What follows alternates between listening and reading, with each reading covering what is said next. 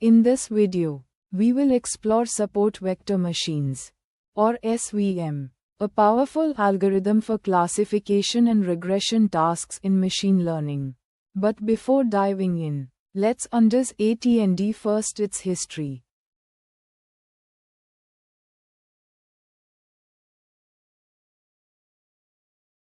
In the 1960s, the birth of SVM. Vladimir Vapnik and Alexei Chervonenkis proposed the concept of SVM. They introduced a method for maximizing the margin between classes. 1970s to 80s, statistical learning theory. Vapnik developed statistical learning theory. This helped understand model generalization and learning principles.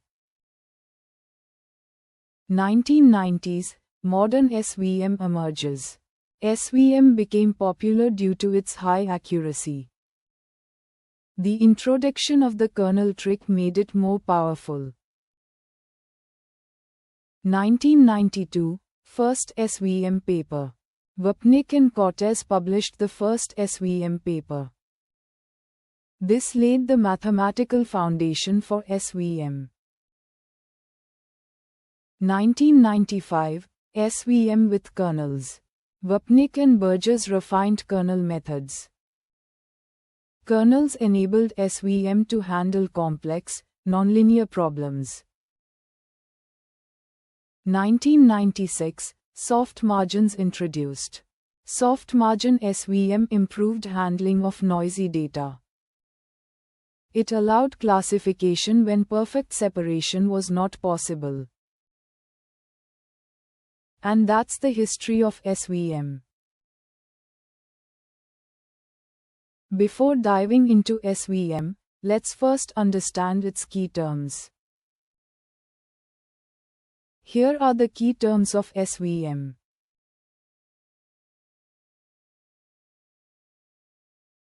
Now, let's discuss hyperplane. A hyperplane is a decision boundary that separates data points of different classes. The formula for hyperplane is. Now, let's discuss margin. The margin is the distance between the hyperplane and the nearest data points from either class. The formula for margin is. Now, let's discuss support vectors. Support vectors are the data points that lie closest to the hyperplane and influence its position. Now, let's discuss kernel. A kernel transforms data into a higher dimensional space to make it separable. The formula for kernel is. Now, let's discuss regularization parameter, C. C controls the trade-off between achieving a low training error and a low testing error. Now, let's discuss slack variables, SHE. Slack variables allow some data points to be on the wrong side of the margin. The formula for slack variables, SHE, is. Now, let's discuss dual problem. The dual problem is an alternative formulation of the SVM optimization problem. The formula for dual problem is. Now, let's discuss Lagrange multipliers. Lagrange multipliers are used to incorporate constraints into the optimization process. The formula for Lagrange multipliers is. Now, let's discuss decision function. The decision function predicts the class of a new data point based on its position relative to the hyperplane. The formula for decision function is. Now, let's discuss hinge loss. Hinge loss measures the error in classification and encourages a larger margin. The formula for hinge loss is. Now, let's discuss gamma. Gamma defines how far the influence of a single training example reaches in the RBF kernel. The formula for gamma is. Now, let's discuss bias term, B. The bias term shifts the hyperplane away from the origin. The formula for bias term, B, is. And that's all the key terms of SVM.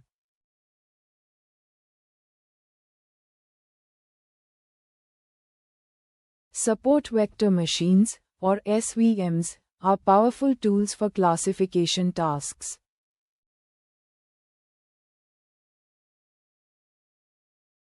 Let's start by visualizing a simple 2D dataset with two classes, blue and red. The goal of SVM is to find the best hyperplane that separates these two classes. The hyperplane is the decision boundary that separates the two classes. It is represented as a line in 2D and a plane in higher dimensions. The equation of the hyperplane is w dot x plus b equals 0, where w is the weight vector and b is the bias. The margin is the distance between the hyperplane and the nearest data points from each class. SVM aims to maximize this margin to improve generalization. The data points closest to the hyperplane are called support vectors. These points are crucial because they define the position and orientation of the hyperplane. Without them, the margin would not exist. But if the data is not linearly separable, SVM uses a technique called the kernel trick to map the data into a higher dimensional space where it becomes linearly separable. Consider a dataset where the classes cannot be separated by a straight line. Here, we have two classes of points, blue and red. A straight line cannot separate these classes. Let's try to draw one and see why it fails. To handle such data, SVMs use a technique called the kernel trick. The kernel trick maps the data into a higher dimensional space where it becomes linearly separable. Let's visualize this transformation. We'll map the 2D data into a 3D space using a radial basis function. RBF, kernel. The third dimension represents the distance of each point from the origin. In this transformed space, a plane can now separate the two classes effectively. This is the power of the kernel trick. It allows SVMs to find complex decision boundaries in the original space. This is how support vector machines use kernel tricks to handle non-linearly separable data. By transforming the data into a higher dimensional space, SVMs can find optimal decision boundaries. This is how support vector machines use kernel tricks to handle non-linearly separable data. By transforming the data into a higher dimensional space, SVMs can find optimal decision boundaries. This is how support vector machines work for classification. By finding the optimal hyperplane and using the kernel trick, SVM can handle both linearly and non-linearly separable data. We'll explore support vector machines for regression, or SVR, a powerful algorithm for predicting continuous values. SVR works by finding a function that approximates the data while minimizing prediction errors. Let's dive into the details. In regression tasks, the goal is to predict a continuous output based on input features. SVR achieves this by finding a hyperplane that fits the data while allowing some tolerance for errors. Let's visualize this in 2D. SVR fits a regression line to the data while allowing a margin of tolerance, known as the epsilon tube. Points within this tube are considered correctly predicted, while points outside contribute to the error. The data points outside the margin are called support vectors. These points are crucial because they define the position and orientation of the regression line. Without them, the margin would not exist. Now, let's visualize SVR in 3D. Here, we have two input features and one target variable. SVR fits a hyperplane in 3D space, allowing us to see how the regression surface interacts with the data. In 3D, SVR fits a hyperplane to the data while maintaining the epsilon tube around it. The hyperplane represents the predicted values, and the tube represents the tolerance for errors.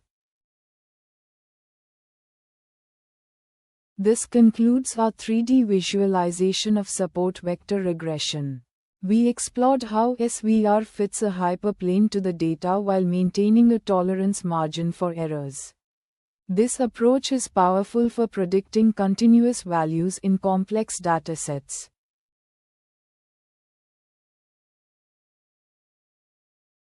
Kernel trick in support vector machines, or SVM. A support vector machine works best when data is linearly separable. However, real-world datasets often contain complex, non-linearly separable patterns, making a simple straight-line decision boundary ineffective.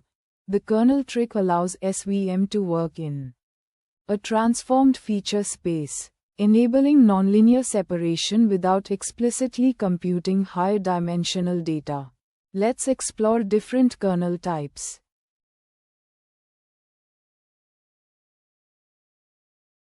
There are four main types of kernels used in SVM: linear kernel, polynomial kernel, sigmoid kernel, and radial basis function or RBF kernel.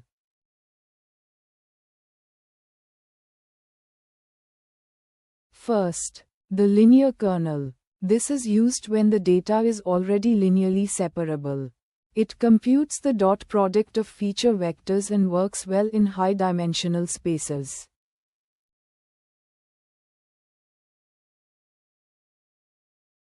Next, the polynomial kernel. It transforms data into polynomial feature space, making it useful for datasets where decision boundaries follow curved patterns.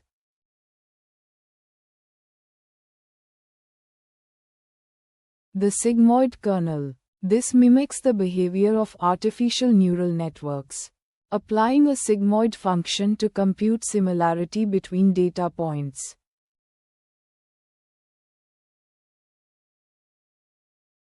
Finally, the radial basis function, or RBF kernel, is one of the most powerful.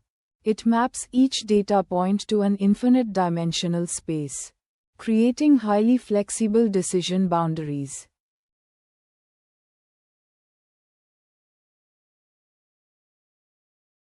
In summary, the kernel trick enables SVM to handle non-linearly separable data effectively.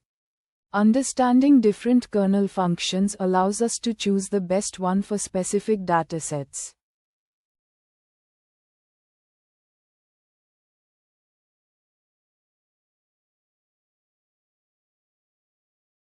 Let's discuss the advantages of SVM. SVM is highly effective in high-dimensional spaces. It can handle datasets with many features, making it suitable for tasks like text classification and image recognition. SVM is robust to overfitting because it focuses on maximizing the margin between classes, ensuring better generalization to unseen data. SVM is versatile because of its kernel trick. It can map data into higher dimensional spaces, allowing it to handle nonlinear relationships effectively. SVM works well with small datasets because it depends only on the support vectors, the points closest to the decision boundary. SVM is robust to outliers because it focuses on the support vectors and ignores points far from the decision boundary. Now, let's look at the disadvantages of SVM. SVM can be computationally expensive, especially for large datasets, because it solves a complex optimization problem. SVM is sensitive to hyperparameters. Choosing the right values for C, kernel type, and kernel parameters is crucial for good performance. SVM is not easily interpretable, especially when using nonlinear kernels. It's often treated as a black box model. SVM requires feature scaling. Features must be normalized or standardized to ensure optimal performance. SVM is inefficient for very large datasets because it requires significant memory and computational resources.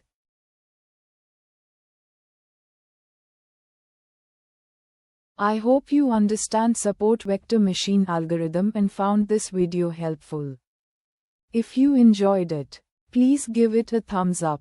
Subscribe to support the channel. Leave a comment and share it with your friends. Your support means a lot. See you in the next video.